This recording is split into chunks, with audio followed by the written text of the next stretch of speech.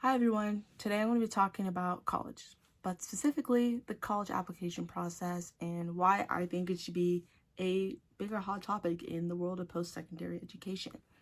So in 2025, fall of 2025 to be exact, around 16.2 million students signed up for or enrolled in for an undergraduate degree program, according to the Pew Research Center. While that's a huge academic achievement for our country, so many people went through obstacles just to get admitted because of the college admissions process. It's something that's overwhelming and it's convoluted and it's just really complex, and it doesn't need to be that complex. If you're wondering, Chelsea, why should I care about this? It affects you and how our country's going to work in the future when you think of it long term. And it affects everyone from the parents going through it to the schools that create it. Because the college admissions process is a deep-rooted issue within our education that needs to be fixed through legislation or test policies. So in order to explain the college admissions process and why it's not the best, we need to explain about one huge factor, which is standardized testing, which includes ACTs and SATs. So the original reason people use SATs are for predictions on how well you can do in college, and also how to generalize, just see how well you did in high school and what you've learned. While this is like a huge norm in the college admissions process, it really shouldn't be, because of a huge reason. They're not accurate predictors. So in a study done by PhD candidates at the University of Minnesota and Northwestern, they discovered that ACTs fail to predict the GPA in your second, third, and fourth year in college and drop out, and even if they graduate. Your score affects the admissions process so much that it could just affect you not even getting into college. And I personally believe that spending $100 on a test that takes 4 hours just to get a double-digit score just to get into college, and that's not going to matter as soon as you get in, is kind of crazy. Luckily, shout out to COVID, we now have a new huge policy that is affecting college admissions, which is test optional policies, in which you are allowed to submit your application with or without a test score. These have been in about 1,000 institutions since 2021. This test optional policy has provided so many students, especially low income and first generation students, a better chance of getting to college because they don't have to rely on that score. The test optional policy helps lower that barrier into college admissions that starts right there in the classroom and helps, as I said, lower income minority students, first generation students, and it erases that huge barrier that many students have to cross academically just to start their college admissions process. According to Kaylani Othman, who is a PhD candidate at Bowling Green, said, test optional policies benefit students of color and first generation students in getting increased college access and the likelihood of early college success.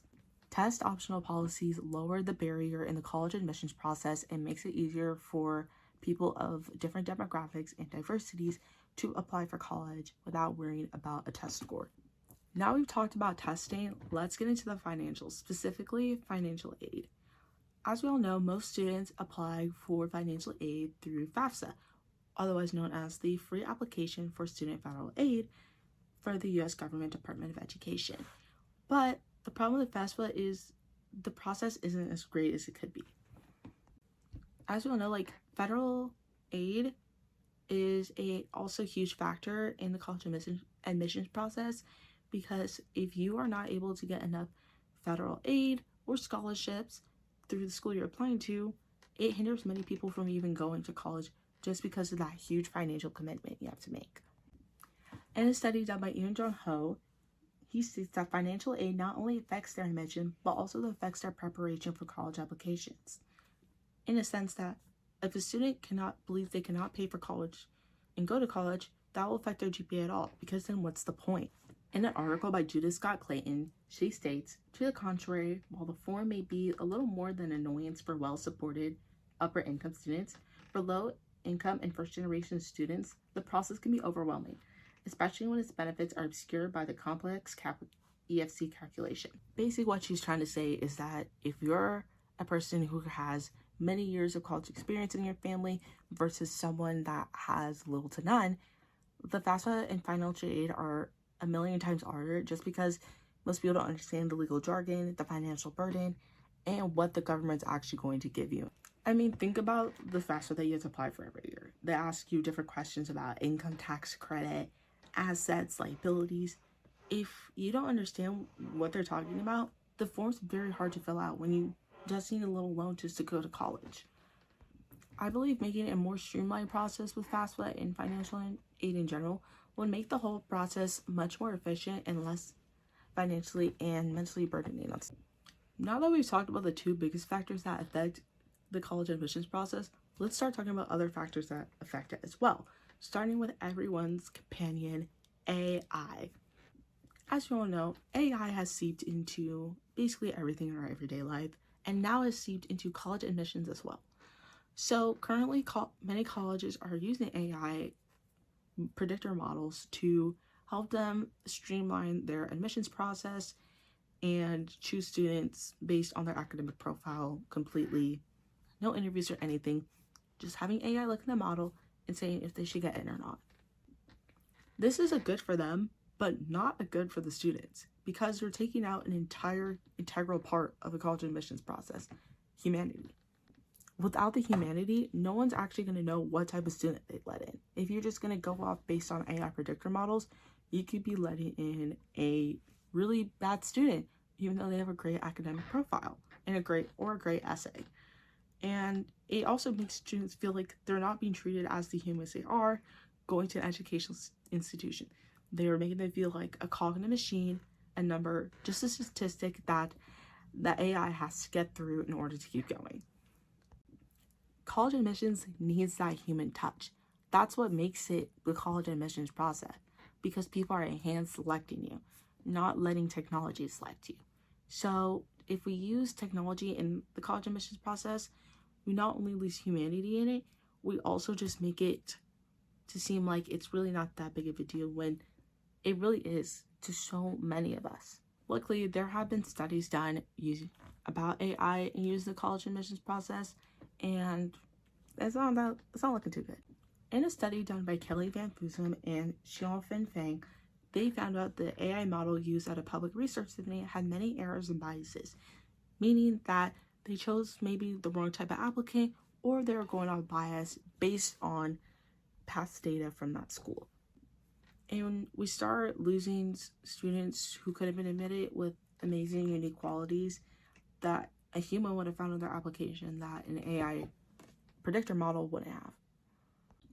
Not only does AI impact college admissions, but the socioeconomic imbalance in the United States does, with non-affluent applicants and affluent applicants. Those applicants are chosen basically on if their parents are donors, a dean's interest list on students they're interested in, or if that applicant is a legacy.